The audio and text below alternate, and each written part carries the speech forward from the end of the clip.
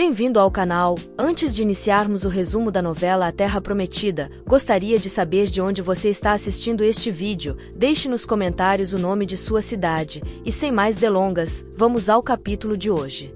Mara vai até a tenda da filha para almoçar com ela e acaba colocando mau gosto em tudo. Yoná repreende a mãe e questiona quando ela irá reconhecer as conquistas do seu marido. Com a língua afiada, Mara pede que a filha não confunda tropeços com conquistas, pois conquista algo quem anda para frente. Eloi chega e surpreende Mara falando mal dele. O hebreu exclama dizendo que saiu de sua tenda e não se livrou dela. Em seguida, Eloi conta que Milá está com lepra e que terá que deixar o acampamento ainda hoje. Com expressão de satisfação, Mara diz que tem muita coisa para fazer e se retira da tenda. Em seguida, a víbora vai até a tenda de Jéssica comemorar o sucesso de seu plano e indaga dizendo que agora a matriarca irá passar o resto de seus dias em uma caverna e que é só questão de tempo até que todos também sejam expulsos. Jéssica se mostra preocupada e diz que a família dela deve estar aflita e volta a afirmar que não deseja isso para ninguém. Mara pede que ela deixe de ser fraca e a lembra que elas sempre quiseram expulsar os estrangeiros. Jéssica retruca a vilã dizendo que nunca quis que fosse dessa forma, pois lepra é uma doença terrível. Mara não mostra nem um pingo de remorso e diz que agora é só torcer para que toda a família também se contamine. Jéssica fica assustada com a frieza da vilã e diz que ela está indo longe demais com o seu ódio. Jéssica ainda questiona como ela pode pensar assim, pois existem crianças e que Raabe está grávida. Mara diz que não importa se é adulto ou criança, pois estrangeiros são sempre um perigo, e afirma que não importa os meios, e que o mais importante é que eles sejam todos expulsos de Gilgal. Raabe conversa com Salmão e diz que não pode deixar sua mãe só nesse momento, e que precisa estar com ela. Salmão diz que ela não pode fazer nada, e a lembra da criança que ela carrega em seu ventre. O guerreiro diz que ela agora mais do que nunca tem que pensar nessa criança que está para chegar ao mundo. Com o coração partido, Raabe concorda com o marido e diz que agora eles só podem orar a Deus para que salve sua mãe. Aíude se assusta com a falta de compaixão de Mara, que insiste que o marido se una com outros líderes para exigir que Josué expulse toda a família de Raabe de Gilgal. Enquanto isso, Raabe com a ajuda de Salmão tentam amparar os irmãos e os incentivam a terem fé de que logo Milá voltará. Na rua do mercado, Mara começa a espalhar a fofoca sobre a doença de Milá e tenta convencer os líderes a pedirem que Josué expulse o resto da família. Jogli e Paltiel conversam e concordam com Mara. Elias diz ser contra, pois Josué já cumpriu a lei e expulsou Milá do acampamento. Em despedida, Milá lamenta ter que partir sem antes poder se despedir dos filhos e pede que Orias cuide bem de sua família. Orias se mostra um novo homem e diz que seguirá com Milá para fora de Gilgal, pois não poderia lhe abandonar no momento em que ela mais precisa dele.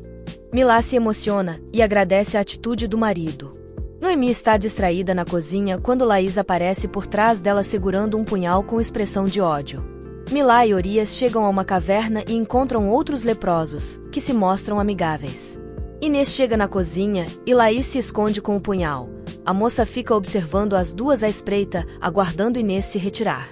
Enquanto isso, em Jerusalém, os monarcas resolvem voltar para seus reinos. O general Abu diz ser uma pena eles terem que partir antes de terem chegado a um acordo satisfatório para todos. Adonisedeque diz compreender as posições deles, pois não se faz uma coalizão desse porte da noite para o dia. Em seguida, o rei de Jerusalém diz que espera que Pirã e Debir aceitem continuar negociando a entrada na aliança. Pirã diz que ele pode contar com o seu reino, desde que ele ceda as terras ao norte de Jerusalém. Adonisedeque questiona Debir e fala que acredita que ele também não esteja disposto a abrir mão de conduzir o exército. Debir volta a afirmar seu pedido e fala que essa é sua única exigência.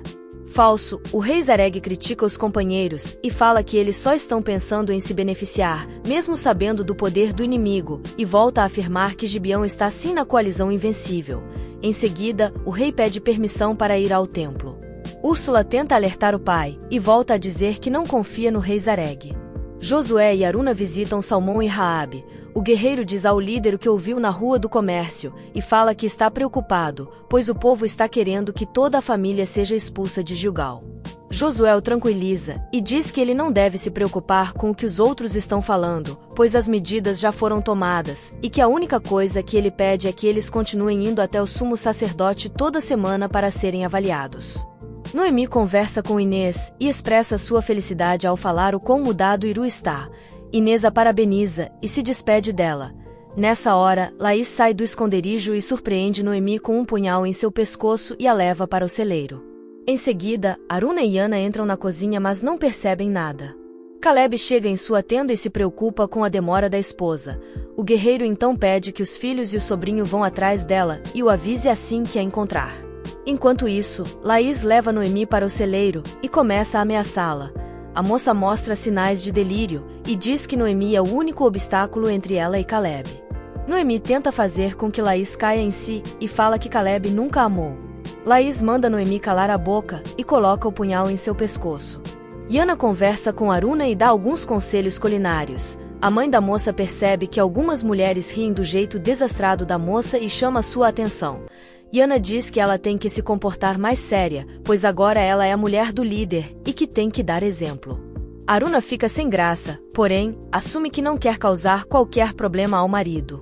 Enquanto isso, no corredor do palácio, os reis Piran e Debir fazem uma aliança entre si, com o intuito de um apoiar o outro até que Adonisedec ceda às exigências deles.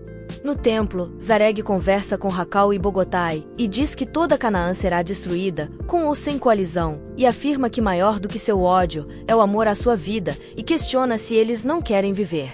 Racal e Bogotai se mostram receosos com o plano do rei Zareg de se juntar aos hebreus, e pergunta se eles terão que abandonar os seus deuses. Samara revela a Tobias que Ana é a mãe verdadeira de Aruna. A cobrinha diz ao irmão que ninguém pode saber, pois ela não quer que saibam que ela tem o mesmo sangue que aquela barata tosca. Em seguida, Samara diz que fará Aruna sofrer através de Ana. Tobias diz que não sabe como ela pretende fazer isso, e pede que ela seja mais clara. Samara diz que as duas estão muito próximas, e que isso já é o bastante para que Aruna sofra, e consequentemente isso já lhe deixaria muito feliz. Com muita frieza, Samara pede que Tobias lhe ajude a matar Ana. Tobias diz que é muito arriscado e pede um tempo para pensar. Josué elogia o almoço preparado por Aruna, que se mostra muito séria.